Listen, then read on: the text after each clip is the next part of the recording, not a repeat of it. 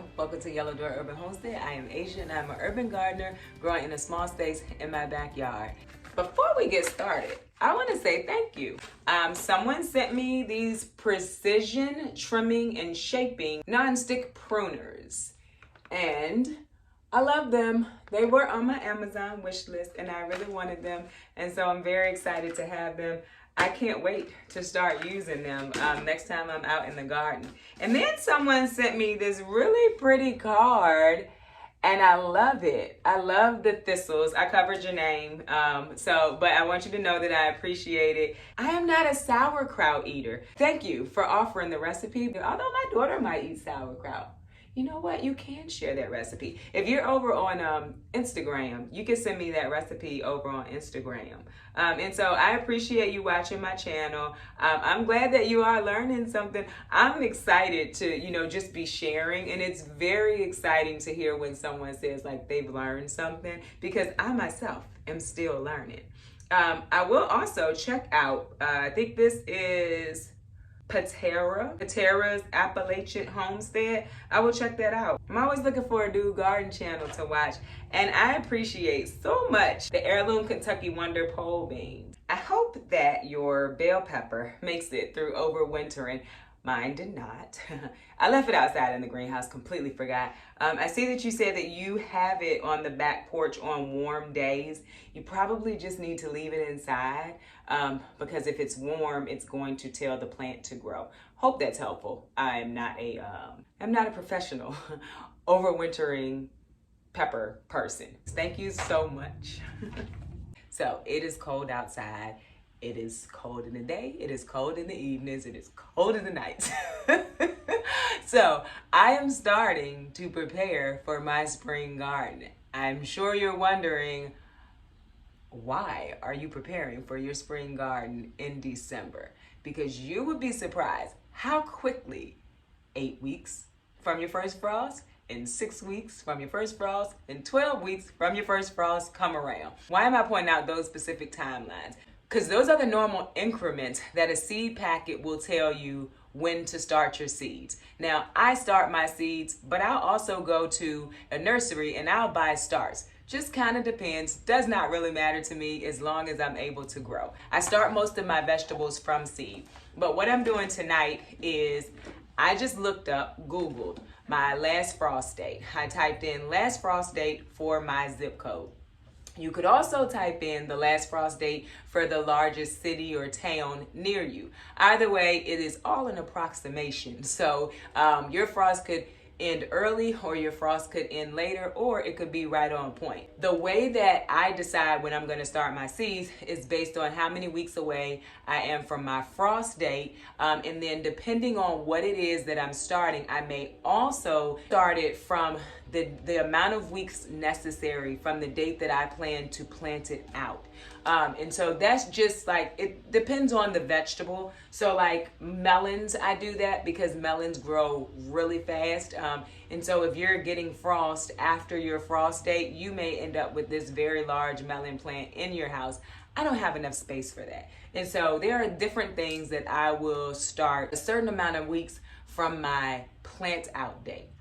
I am in zone 7B in Virginia. And so this past spring, I did not plant out until the 1st of May. And my last frost date is slated for like in April sometime.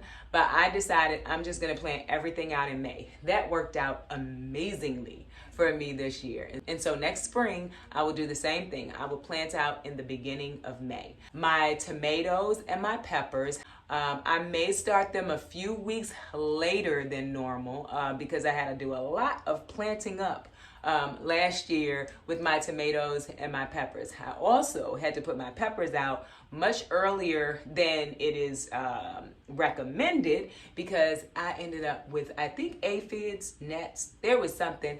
And so thankfully I plant my peppers in bags, so I was able to plant them out early and bring them in when we were gonna have a frost. So that's what I'm doing tonight. I'm planning what I want to plant. There's a fly in here. You would think at this time of year, with it being so cold outside, the flies would be gone, but somehow they are still making their way into my house. So I just want to show you really quick. I went to Target and grab this planner. And so the planner has months in it, and I want to show you this month. This is my life planner, but my garden is part of my life, and so I use it. So there's a planner.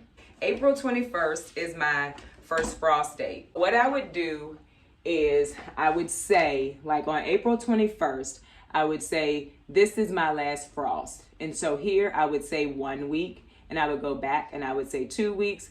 This would say 3 weeks, and I would just move back. That way, you know what date is a certain amount of weeks away from your last frost. You could also Google like how many days is 6 weeks from whatever your last frost date is. I just find this to be a little bit easier. I am kind of old-fashioned when it comes to keeping up with things, so I like pen and paper. I normally use a Farmer's Almanac for my last frost date. Farmer's Almanac is saying 4/6, so I'm gonna go with the Farmer's Almanac, and so I'll write last frost date, and then I will just keep going back. If I had any seed that needed to be started 12 weeks before my last frost date, I would be starting seeds in January. So do you see where I mean? It is not too early to start planting out your spring garden. Let's talk about reading the back of a seed packet. This is a Tide double blue butterfly pea. So it's just a pretty little flower. If you look on the back of your packet, it'll tell you exactly how early to start them. Some of them say before your frost, some of them say before you plan to plant. So kind of pay attention to that.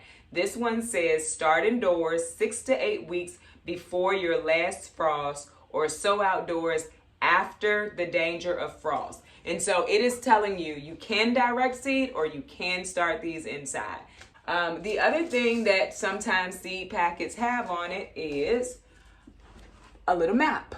That map is color coded. Whatever color your state or your area of that state it is in, it will tell you the months that you could be sowing this vegetable. I normally stick with the amount of weeks. It's just easier that way for me. And so if I don't see the amount of weeks on the back of a packet, I will Google it. They'll also tell you like what temperature your area needs to be. Also will tell you how deep to sow the seed so that it comes back up. Also will tell you, in some cases, not all cases, the days to maturity. Days to maturity is just when can you expect approximately to have either a bloom from a flower or a vegetable from a plant or a fruit from a plant. I don't really pay attention to like when I planted it out and how many days it is, because in my mind, whenever it shows up, that's when it's gonna show up. I ain't stressing myself out about that. Another thing you're gonna wanna think about if you are starting your own seeds is lots of herbs and some flowers, I believe, maybe even some vegetables, need a stratification period.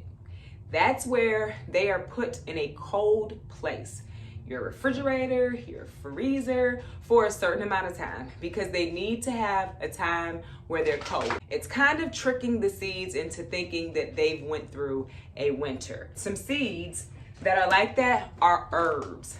There are herb seeds where they need to have a stratification period. Lavender is one of them. So you need to think about this when you are planning out your spring garden, because you may need to put these in the refrigerator for a certain amount of time before you can try to start them. And when I say try, you can try however you want to, whenever you want to. To have a chance of better germination and actually growing it, you're gonna want to try and stratify it. So for instance, these are lavender seeds, and I have grown lavender from seed. Very excited. The plant is outside being ignored because I don't know what to do with it. So if you want to leave some comments on that down below, you can. And you probably have before, and I'm just nervous to cut it because I hear they're very fickle. Anywho, this one says, start seeds indoor in late winter. Sprinkle on a moist paper towel. Hold in the fridge for 30 to 40 days.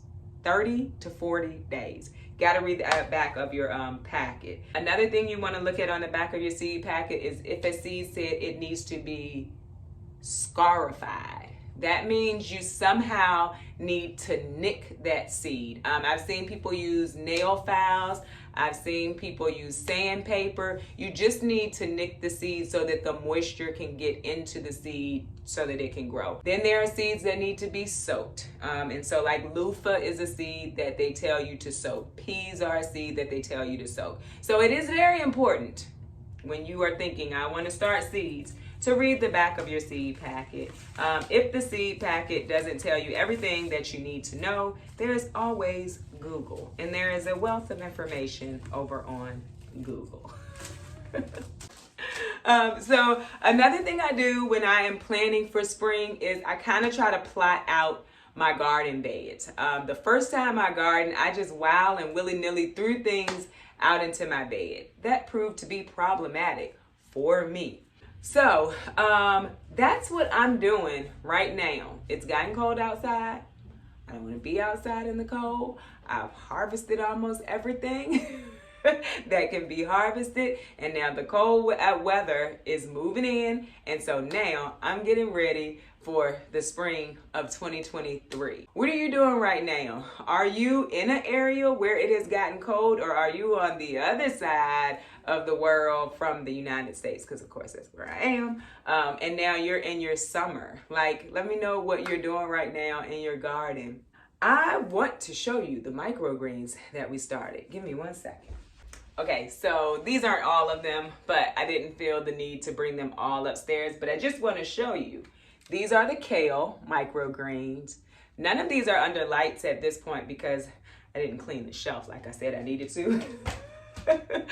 They're in a window, and so you don't need microgreens to get big and bulky or anything, and so being in the window is fine. You can see that they are like slanted to one side. I just need to turn the container to where they need to reach for the light coming this way, and then they should stand up. And again, if I were to put a light over top of them, they would stand up because the light would be directly on them. Either way, these are gonna be tasty. Right now, I left these covered. I left these covered until I start seeing sprouts. My alarm. But until I started seeing germination, and then I uncovered them and I turned a fan on. Turning a fan on will help to prevent mold. We will be eating these soon. We, meaning me, my daughter, I don't think my son's gonna eat them, and the chickens, because I did start some for the chickens. So I hope you enjoyed this video. I hope I wasn't rambling. I hope that there was information that was helpful to you. I was sitting down here doing it, and I was like, oh, I have a video due tomorrow, so I can do this. I hope it was helpful. If it was, please don't forget to like, share, subscribe. Don't forget to leave me a comment in the comment box below. Don't forget to visit me over on Instagram, where I post about the things going on in the garden almost every day. Bye. Enjoy the rest of your week.